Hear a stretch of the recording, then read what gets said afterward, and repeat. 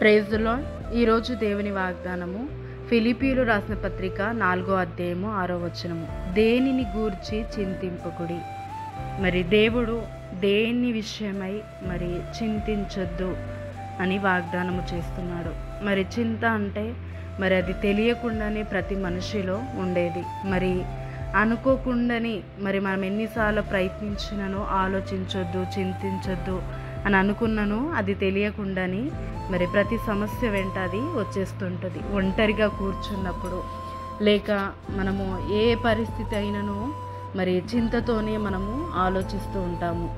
ఏ విధంగా ఎట్లా అని ఆ చింతలో నుంచి ఒక భయము కలుగుతుంది. ఆ భయములో నుంచి ఒక సమస్య కలుగుతుంది. ఆ సమస్యలో నుంచి మరి కొన్ని మాటలు విడుదలవుతాయి. ఆ మాటలు మరి వాటిలో జీవం ఉండదు. కానీ ఎప్పుడైతే ఎక్కువగా ఆలోచించి ఎక్కువగా మాట్లాడి ఎక్కువగా దానికి ప్రాముఖ్యత ఇచ్చినప్పుడు మరి అవి బలము పొందుతాయి. మరి ఆ విధముగా వాటికి బలహీనము కలగడానికి అంటే జీవము లేని మాటలు, మరి పని చేయని మాటలకి జీవము కలగకూడదని దేవుడు చింతించొద్దు అని చెప్తున్నాడు. ప్రతి విషయములో మీకు ఏది కలిగినను దాన్ని బట్టి దేవుడికి కృతజ్ఞతలు చెల్లించినప్పుడు మరి మీ చింత యావత్తంతయు ఆశీర్వాదకరంగా మార్చబడుతుంది.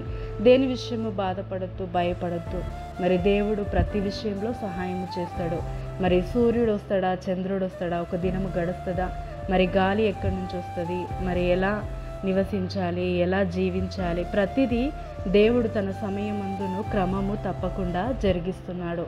అవి ఎంత క్రమముగా జరుగుతున్నవి నిజమో అదే విధముగా దేవుడు మన జీవితంలో ఆయన మీద ఆధారపడ్డ మన ప్రతి ఒక్కరము ఆయన చేతిలో ఉన్నాము కనుక ఆయననే మనల్ని ఆశీర్వదిస్తాడు. మరి ఎలాంటి చింతకి మనము గురి అయ్యి మరి లేని ప్రాబ్లమ్స్ తెచ్చుకోకుండా దేవుని యందు నమ్మిక ఉంచి ఆయన ఆశ్చర్య కార్యాలకి మరి మనం అర్హులుగా ఉండి అన్ని విషయములో మరి ఆయన మేలులతో మనము దీవింపబడాలి. దేవుని యందు నమ్మిక ఉంచిన వారు చింతింపరు. మరి మనము దేవుని యందు నమ్మిక ఉంచినాం కనుక ఏ విషయంలో చింతించక దేవుని కార్యములందు లక్ష్యముంచి గొప్పగా ఆశీర్వదింపబడతాము. ఆమేన్. ఈ వాగ్దానము మీ అందరి జీవితంలో నెరవేర్చబడును కాక. ప్రార్థన.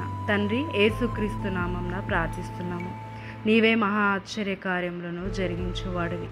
మా చింత యావత్తు నీ మీద వేస్తున్నాము ప్రభువా. నీవే మా చింతలని దాటించువాడివి. ఇదిగో తండ్రి, ఆ ఒక చింత నుంచి మాకు కలిగే భయమును సమస్యలన్నిటి నుంచి మమ్మల్ని విడిపించు. నీ యందు నమ్మికాన్ని, ధైర్యాన్ని మాకు దయచేయి.